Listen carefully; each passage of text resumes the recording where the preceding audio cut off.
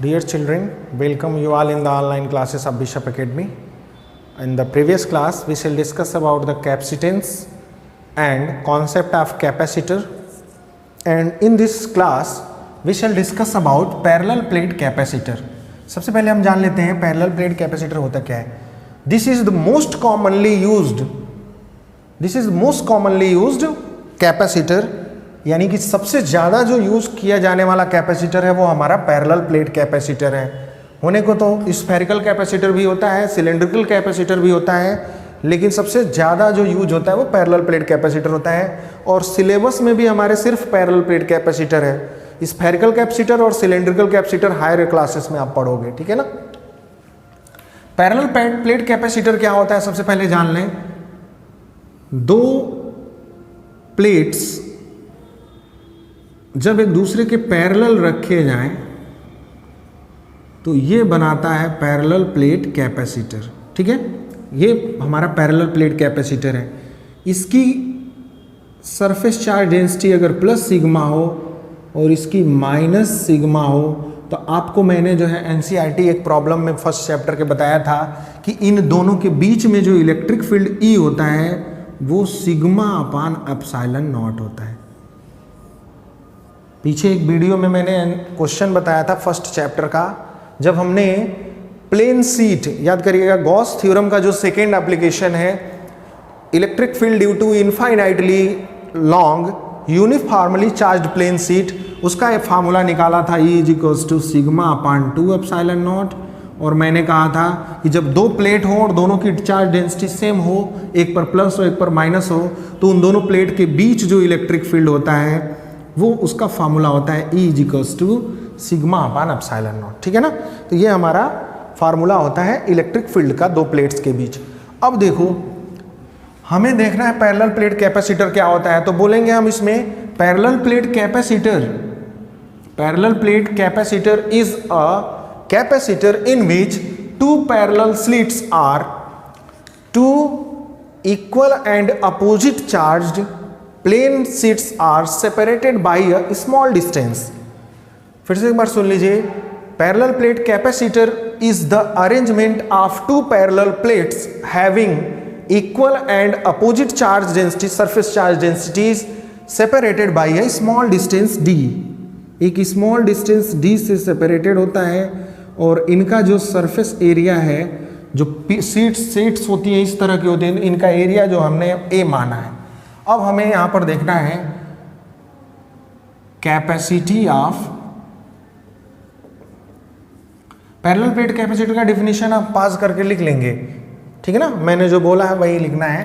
Capacity of a parallel plate capacitor, या capacitance भी कह सकते हो. कैपेसिटी को कैपेसिटेंस कहिए. Capacitance of a parallel plate capacitor.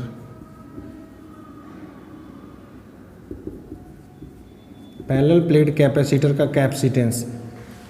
Everyone knows that capacitance C is equals to Q by V. Q by V होता है. तो सबसे पहला हमारा टारगेट होता है कि Q कितना है इस कैपेसिटर के ऊपर और दूसरा कि पोटेंशियल कितना है. तो चलिए Q सबसे पहले हम पता कर लेते हैं. Let us consider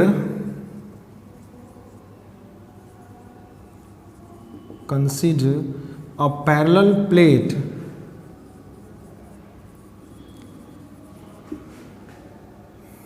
plate capacitor having charge densities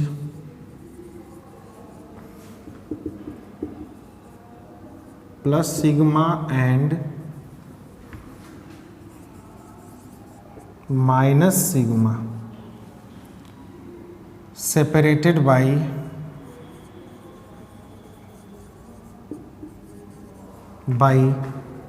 a small distance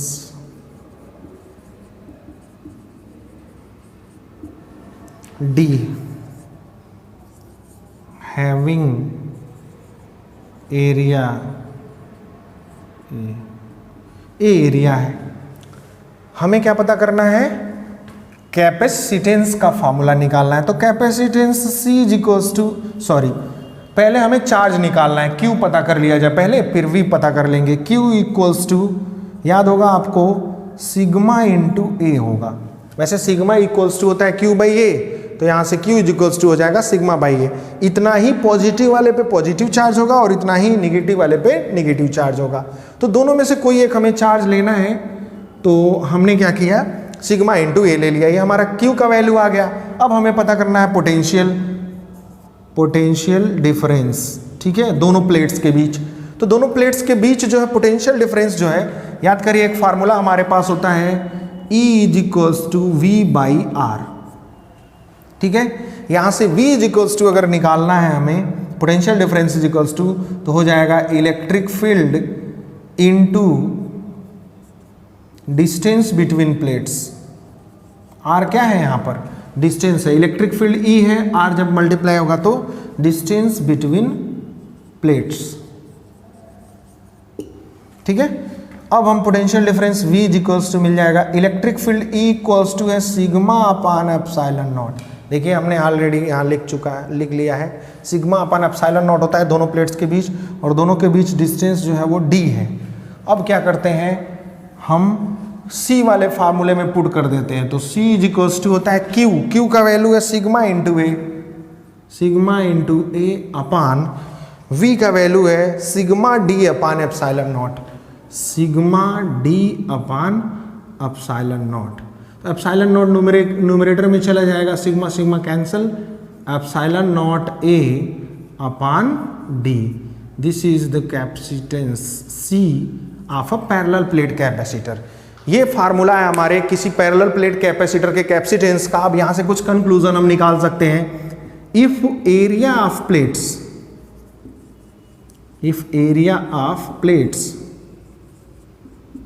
increase,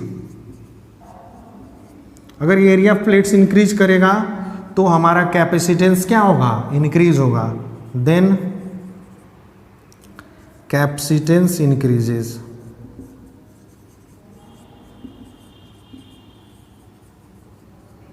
increase होगा।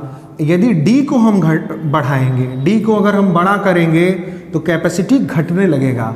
मतलब D को एज क्लोज एज पॉसिबल रखते हैं। D जितना स्मॉल होगा उतना ही हमें जो है क्या मिलेगा, कैपेसिटी ज़्यादा मिलेगा। D जितना छोटा रहेगा C उतना ही बड़ा मिलेगा। और हम तो चाहते हैं कि ज़्यादा से ज़्यादा चार्ज स्टोर करने वाले एबिलिटी वाले कैपेसिटर को बनाना चाहते हैं। तो जैसे हम चाहते हैं कि ज़्यादा चार्ज स्टोर कर पाएँ, कैपेसिटेंस मतलब ability to store charge, capacitance मतलब, तो कैपेसिटेंस को हम कैपेसिटी भी कहते हैं, ठीक है ना। कैपेसिटी जानते ही है, एबिलिटी को ही कहते हैं हम।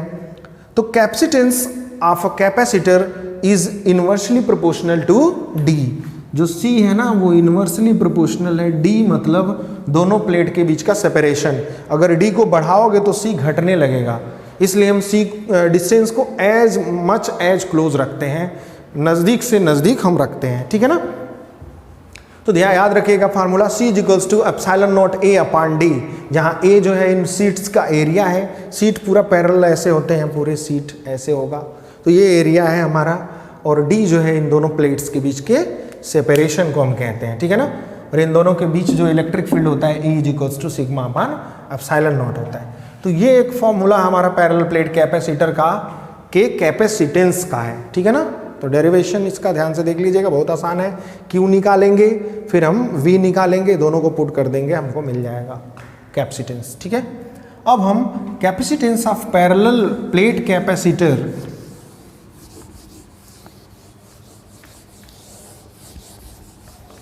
पैरेलल प्लेट कैपेसिटर का जो कैपेसिटेंस है वो कंडीशन के साथ निकालते हैं। Capacitance of a parallel plate capacitor having dielectric slab,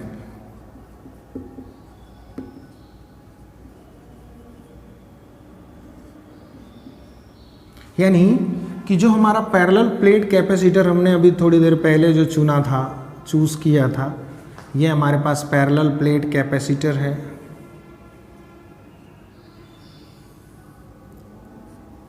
इसका चार्ज डेंसिटी प्लस सिग्मा, इसका चार्ज डेंसिटी माइनस सिग्मा है। इसका एरिया, जो दोनों का एरिया क्या है, ए है, सेम है। दोनों का एरिया हम यहाँ लिख देते हैं, एरिया जो है दोनों का क्या है, ए है, सेम दोनों की एरिया है। दोनों के बीच का जो सेपरेशन है वो डी ही है, पहले की तरह ही।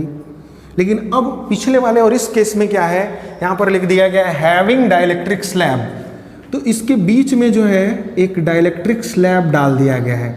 आप जानते हैं डाइलेक्ट्रिक क्या है, इंसुलेटर है एक, पूरी तरह से नहीं भरा गया है, यहाँ पर कुछ जगह भी है बीच में, इधर भी और इधर भी जगह है, प्लेट और डाइलेक्ट्रिक स्लैब के बीच। अब हम डाइलेक्ट्रिक स्लैब को थोड़ा सा ऐसे कर देते हैं। इसका डाइलेक्ट्रिक कांस्टेंट क्या है, के है।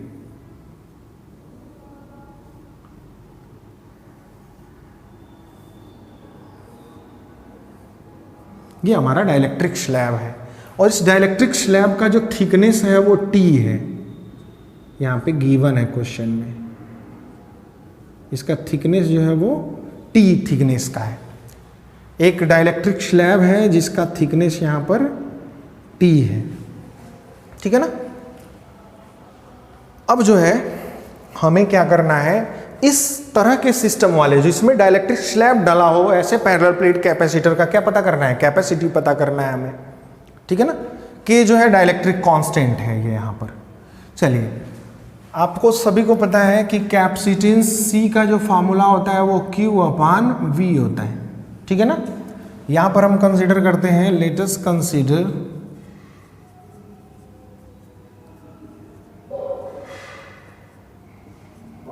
a parallel plate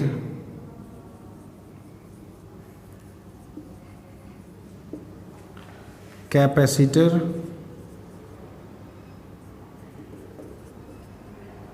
having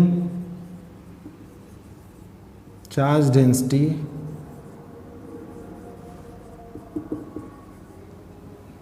plus sigma and minus sigma and area A are separated by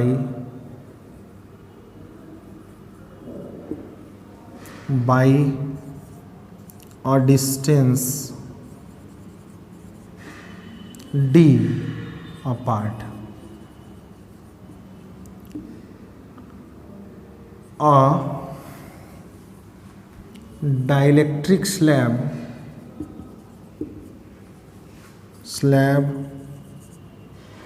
of dielectric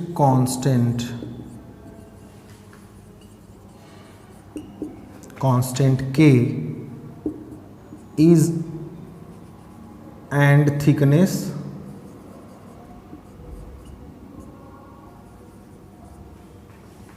T is inserted between plates।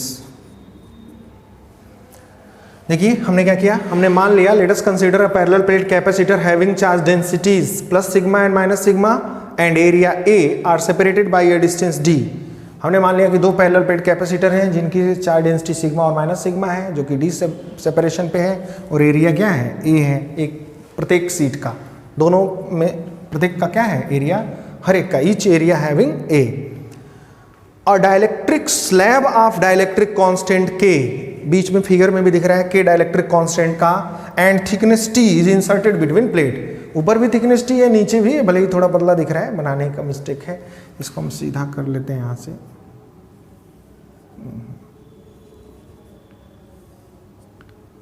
ये टी थिकनेस का है पैरेलल, वो डाइलेक्ट्रिक स्लैब डाल दिया गया है। अब हमारा कैपेसिटेंस पता करना है, अब कैपेसिटेंस निकालना है हैविंग डाइलेक्ट्रिक स्लैब के साथ। तो आपको पता है सबसे पहले Q निकालना होगा हमें, Q इज इक्वल्स टू फिर होगा सिग्मा इंटू ए, ये इक्वेशन 1 हो गया, या इसको इक्वेशन नंबर 1 मानिए, इसको 2 मान लीजिए। पहला हम चार्ज निकालेंगे और दूसरा काम है हमें पोटेंशियल निकालना, पोटेंशियल निकालना है, यानी पोटेंशियल डिफरेंस बिटवीन प्लेट्स, जो कि फार्मूला होता है हमारा electric field into distance between plates.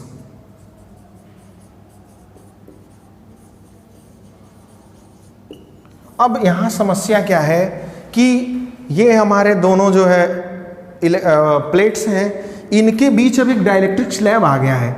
जहाँ तक ये एयर है, बीच में ये जो खाली जगह दिख रहा है, यहाँ पर क्या होगा, एयर होगा, हवा होगा, इधर भी हवा होगा। यहाँ तो इलेक्ट्रिक फील्ड आपका E is equals to sigma upon epsilon naught होगा। लेकिन इसके अंदर यहाँ पर देखिए, इस डाइलेक्ट्रिक स्लैब के अंदर इलेक्ट्रिक फील्ड कुछ और होगा। इसको मैं E नॉट लिख रहा हूँ। नॉट रिप्रेजेंट कर रहा है एयर में इलेक्ट्रिक फील्ड को। E not means electric field in air. यहाँ पर देखिए, ये जो दोनों प्लेट के बीच खाली जगह है वहाँ एयर होगा, इन दोनों प्लेट के बीच जो खाली जगह है वो एयर होगा। इसकी परमिटिविटी एप्सिलॉन नॉट होगी। लेकिन डाइलेक्ट्रिक के अंदर परमिटिविटी एप्सिलॉन नॉट तो हम कह नहीं सकते, इसलिए इस डाइलेक्ट्रिक स्लैब के अंदर इलेक्ट्रिक फील्ड क्या होगा, कुछ और होगा, क्योंकि इस डाइलेक्ट्रिक स्लैब का परमिटिविटी कुछ और होगा। उसका डाइलेक्ट्रिक कांस्टेंट हमें दिया है। आपको याद होगा, मैंने एक क्लास में डाइलेक्ट्रिक कांस्टेंट आपको बताया था। आपको ये मैंने बताया था कि dielectric constant K is equals to जो होता है, या रिलेटिव परमिटिविटी टॉपिक हमने बताया था, याद आ गया। रिलेटिव परमिटिविटी आपको ER इज इक्वल्स टू बताया था E अपान E नॉट। ठीक है, यानी कि किसी मैटर का परमिटिविटी अपान एयर की परमिटिविटी की रेशियो को कहते हैं रिलेटिव परमिटिविटी, या इसी को कहते हैं डाइलेक्ट्रिक कांस्टेंट। इसका मतलब एप्सिलॉन इज इक्वल्स टू होता है K एप्सिलॉन नॉट। ये हमारे पास एक रिलेशन है। ठीक है, अब हम मान लेते हैं कि हमारा इसका परमिटिविटी एप्सिलॉन है। Let us consider the permittivity of dielectric is epsilon. अब यहाँ पर ये कॉन्सेप्ट हमारा तो यूज हो नहीं पाएगा, यूज तो यही करेंगे। अब यहाँ पर दो तरह के इलेक्ट्रिक फील्ड हैं। पहले तो कुछ जगह एयर है, बीच में जो खाली जगह है वहाँ पर क्या है, एयर है। एयर का जो स्पेस है वो कितना होगा जरा देख लिया जाए। या दोनों प्लेट के बीच का जो डिस्टेंस है वो D है, और डाइलेक्ट्रिक स्लैब जो है वो T थिकनेस में पड़ा हुआ है। तो जो रिमेनिंग डिस्टेंस होगा वो एयर वाला होगा, यानी D माइनस T। D में से T को माइनस कर देंगे तो जो ये खाली जगह इधर और इधर बचा हुआ वही हमें मिल जाएगा। ये थिकनेस हो जाएगा हमारा। पोटेंशियल डिफरेंस हम यहां पर पता करते हैं। पोटेंशियल डिफरेंस ये हमारा हो जाएगा potential difference in air plus potential difference in dielectric slab.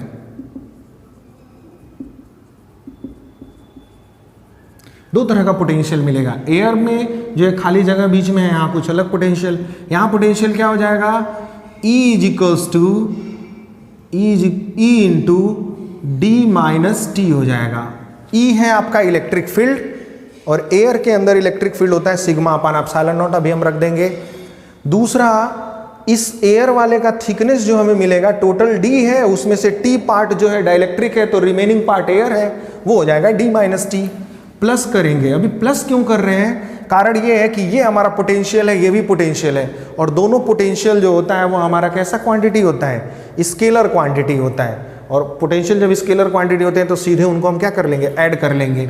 इस डाइलेक्ट्रिक के अंदर जो इसको E नॉट मैं लिख दे रहा हूँ, कारण ये है E नॉट इलेक्ट्रिक फील्ड है एयर के अंदर, और E इलेक्ट्रिक फील्ड है हमारा डाइलेक्ट्रिक के अंदर। यहाँ लिखा हुआ है मैंने, एयर में यहाँ पर लिखा हुआ है, एयर में जो इलेक्ट्रिक फील्ड है वो E नॉट लिख दिया मैंने, E नॉट, और ये E हो गया। और ये कितने थिकनेस में है, T थिकनेस में है। ये जो इलेक्ट्रिक फील्ड है वो T थिकनेस में है। जैसे ही हम ये फार्मूला हमने देखा था relation between electric field and potential में, यहाँ से अगर पोटेंशियल निकालना है तो E इंटू R हो जाएगा। E आपका इलेक्ट्रिक फील्ड होता है, और R जो है जिन दो प्लेट्स के बीच पोटेंशियल डिफरेंस निकालना है उनके बीच का सेपरेशन। तो अभी D माइनस T एयर का सेपरेशन है, और T जो है वो आपके डाइलेक्ट्रिक का सेपरेशन है।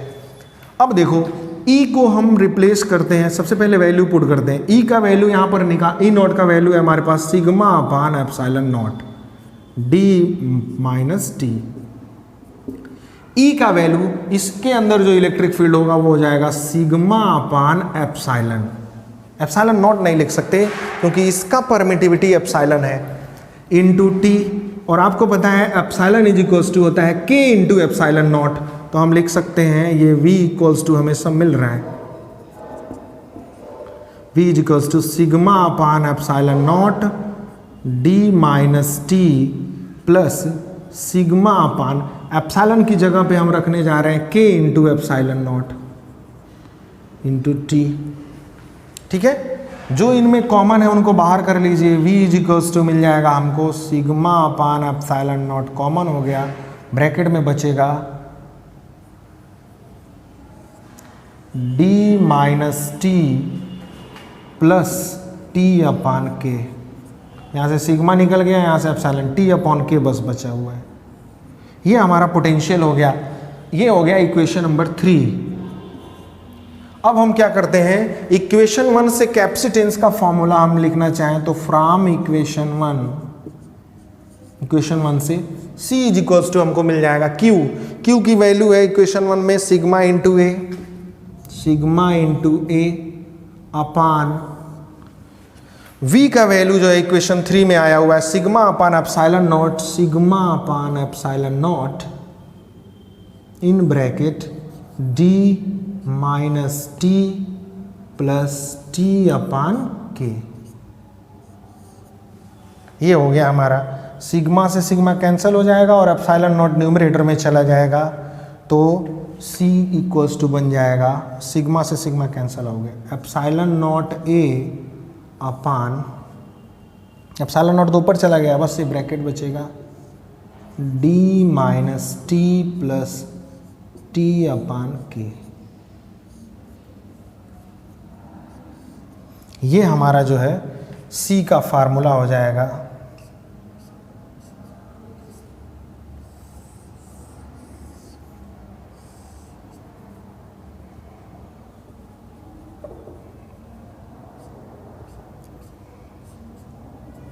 C इज इक्वल्स टू, ये एप्सिलॉन नॉट न्यूमरेटर में चला गया, एप्सिलॉन नॉट ए हो गया D minus t plus t upon K. ये हमारा पूरा हो गया कैपेसिटेंस का फार्मूला। कब? जब डाइलेक्ट्रिक स्लैब डाला गया हो। अब जरा देखते हैं, जब डाइलेक्ट्रिक स्लैब हमने नहीं डाला था तो C का फार्मूला आया हुआ था epsilon naught A upon D, याद करिए, अभी थोड़ी देर पहले हमने बताया था। लेकिन जैसे ही हम डाइलेक्ट्रिक स्लैब इंसर्ट कर रहे हैं तो हमारा जो कैपेसिटेंस का फार्मूला आ जा रहा है एप्सिलॉन नॉट ए, न्यूमरेटर दोनों में सेम है, बस डिनोमिनेटर में D की जगह आ गया है D minus t plus t upon K. के जो है डाइलेक्ट्रिक कांस्टेंट, वो अगर एयर के अलावा कोई भी मीडियम है तो के का वैल्यू मोर देन 1 ही होगा। तो जरा देखिए क्या फर्क पड़ा C के ऊपर, D माइनस टी कुछ भी हो उसमें से क्या हो गया, D में से माइनस हो गया, प्लस किया गया है T अपान के जो है मोर देन 1 है, 1 से ज़्यादा है। तो जब डिवाइड करोगे T में तो T एक क्या आएगा, जब एक से बड़ी संख्या से हम डिवाइड करते हैं तो एक छोटी संख्या आता है, मतलब T और T अपान के में T अपान के क्या होगा, स्मॉलर होगा, क्योंकि K से डिवाइड किया गया इसमें। तो D में से कुछ माइनस हो रहा है, इसका मतलब ये तो बहुत छोटी संख्या है, इसको अगर हम इग्नोर भी कर दें तो D में से क्या हुआ, ये माइनस हुआ T, तो डिनोमिनेटर क्या हुआ, ओवरऑल देखा जाए इसके कंपैरेटिवली क्या हो गया, कम हो गया। और जब डिनोमिनेटर कम होगा तो C की वैल्यू क्या हो जाएगी, बढ़ जाएगी। जब हम डाइलेक्ट्रिक स्लैब डालते हैं किसी कैपेसिटर, पैरेलल प्लेट कैपेसिटर के अंदर, तो क्या होता है, उसका कैपेसिटेंस क्या हो जाता है, इंक्रीज हो जाता है। तो यहां पर हम लिखेंगे when dielectric slab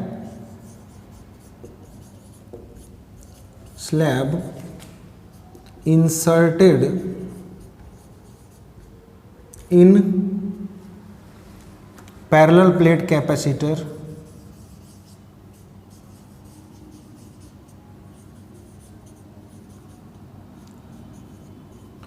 capacitance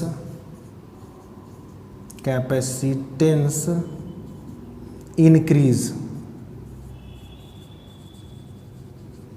capacitance क्या हो जाता है, इंक्रीज हो जाता है जब हम इसमें डाइलेक्ट्रिक स्लैब डालते हैं। तो देखिए आपने कि हमने ना पैरेलल प्लेट का एरिया ना चेंज किया, ना उनके बीच का सेपरेशन, और ना ही इनके ऊपर मौजूद जो चार्ज डेंसिटीज़ हैं उनको भी हमने चेंज नहीं किया, लेकिन उनके बीच एक डाइलेक्ट्रिक मटेरियल डाल देने से बस क्या हो गया, कैपेसिटी बढ़ जा रही है। तो इस तरह से हम पैरेलल प्लेट के अंदर डाइलेक्ट्रिक स्लैब डाल करके कैपेसिटी को क्या कर सकते हैं, इनहेंस कर सकते हैं, इंक्रीज कर सकते हैं। अब इसमें एक स्पेशल केस आता है, स्पेशल केस आप नोट कर लीजिएगा इसको पास करके। मैं स्पेशल केस आगे डिस्कस करना जा रहा हूँ, इसको इरेज करके।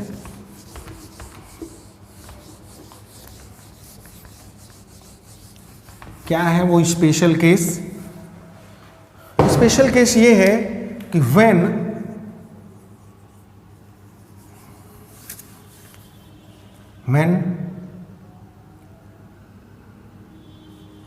Parallel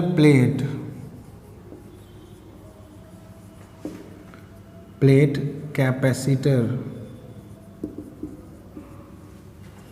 is completely filled with dielectric slab,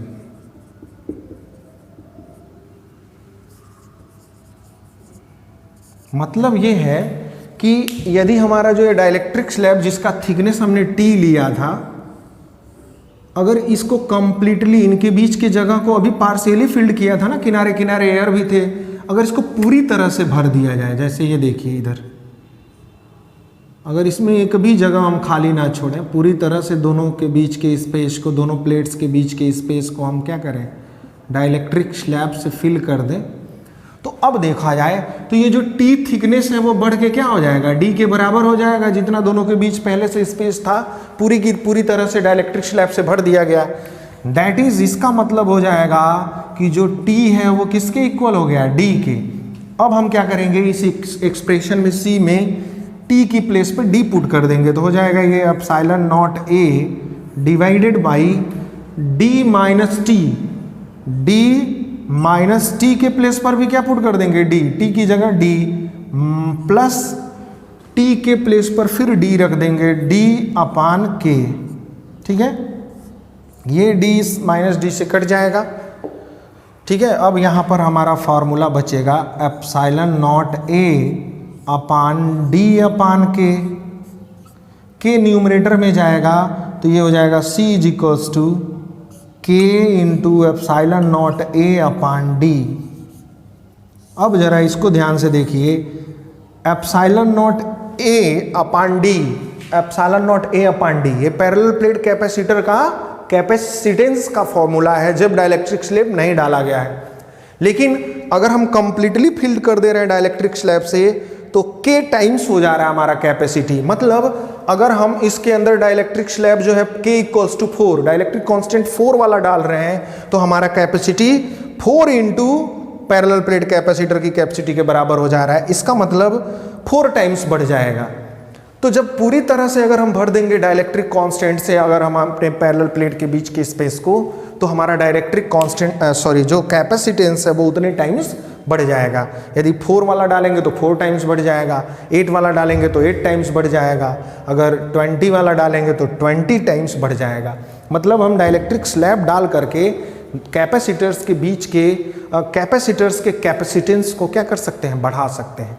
ये एक टेक्निक है जिससे हम किसी कैपेसिटर के कैपेसिटेंस को बढ़ाते हैं, कैपेसिटी को बढ़ाते हैं। It's okay. तो ये हमारा पूरा पैरेलल प्लेट कैपेसिटर, फिर उस पैरेलल प्लेट कैपेसिटर का कैपेसिटेंस, फिर हमने डाइलेक्ट्रिक स्लैब के साथ कैपेसिटेंस निकाला, और कंप्लीटली फील्ड अगर डाइलेक्ट्रिक स्लैब है तब हमारा कैपेसिटेंस के epsilon naught A upon D हो जाता है। ठीक है, तो ये हमारा पूरा पैरेलल प्लेट कैपेसिटर रहा। इसको ध्यान से प्रिपेयर कर लेंगे, नोट्स भी प्रिपेयर कर लेंगे अपनी कॉपी में। ठीक है, और रिवाइज भी करते रहेंगे। कोई प्रॉब्लम होगा तो आप कमेंट सेक्शन में जो है वीडियो देखने के बाद कोई डाउट, कोई कन्फ्यूज़न हो तो उसमें अपना डाल सकते हैं। Thank you, have a nice day.